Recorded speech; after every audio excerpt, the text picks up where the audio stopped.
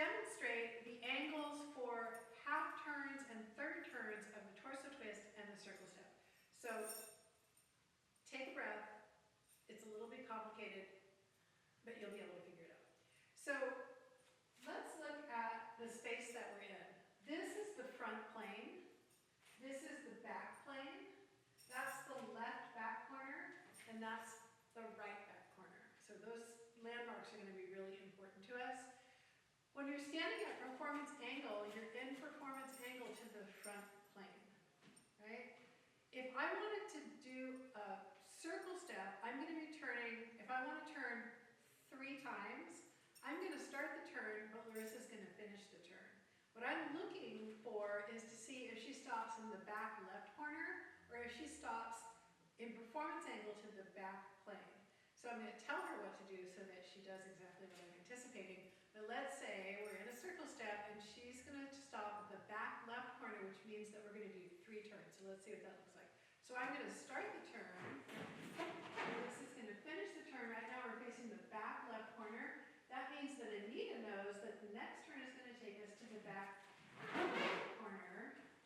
That makes 2 turns, which means that the last turn brings us back to the front. Does that make sense?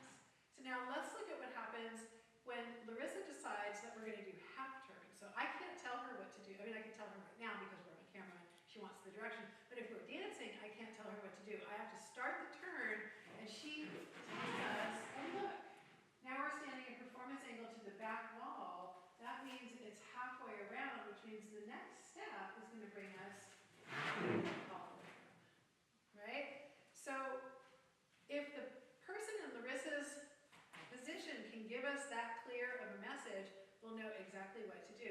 But what happens if we start the turn and Larissa stops at the back left corner, but Anita disagrees?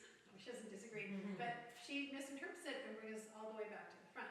So I'm going to start the turn, Larissa's going to stop at the back left corner, but Anita says, I'm not sure what you mean. I feel like I want to turn back to the front, so I'm waiting to see her turn. And look, she brought us all the way back to the front.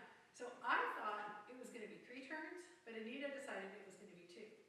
So that's a possibility, and that can happen, and it's not wrong. The problem is, though, that for the viewer, what they're seeing then looks like a quarter turn and 3/4 of a turn. And what I would prefer them to either see is a clean half turn or 3 even turns. So that's the idea that you're going with. But just to let you know, you could get the angles perfectly and everything could work out, or someone could misinterpret an angle, swing it into a third of a turn or a half turn, and it's not wrong. And the audience probably can't tell the difference. It's just that I want it to be perfect. So let's see what happens with the torso twist. So same thing. So if I start this turn, and I turn us clearly into the right corner, I think it's pretty obvious that the next turn is going to take us into the back left corner. And then it's going to bring us back to the front. I'm going to wait for the timing, over like so, right? But now I have no control over whether this turns to the back wall or not, right? So if I start this turn and Anita overrides the back right corner and turns in performance angle to the back wall, to me that's obviously a half turn, and it comes back to the front. However, just as I mentioned before, if Anita grabbed that half turn to the back wall, but Larissa thought she saw a third of a turn and turned to the left corner, we would just do that, then we would come back to the front. So there is the proper way to do it, and then there's reality. Both are good. Just make it pretty. That's my request. So finally, I'm going to step out of the picture for this one. If you're a teacher and you're having trouble with this very complicated aspect for your students, here's what I recommend. If you have 2 dancers dancing in duet, have them do half turns. If you have 3 or 4 dancers dancing in trio and quartet, have them do third turns. That way, your students know exactly what to do.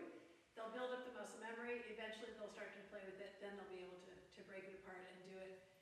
They can do duets as third turns and quartets as half turns, and it'll be fine. But I would say, in the beginning, just start with duets, do half turns, trios and quartets, do third turns. Okay? So I'm going to step aside so these lovely ladies can do some half turns for you with circle steps and torso twist.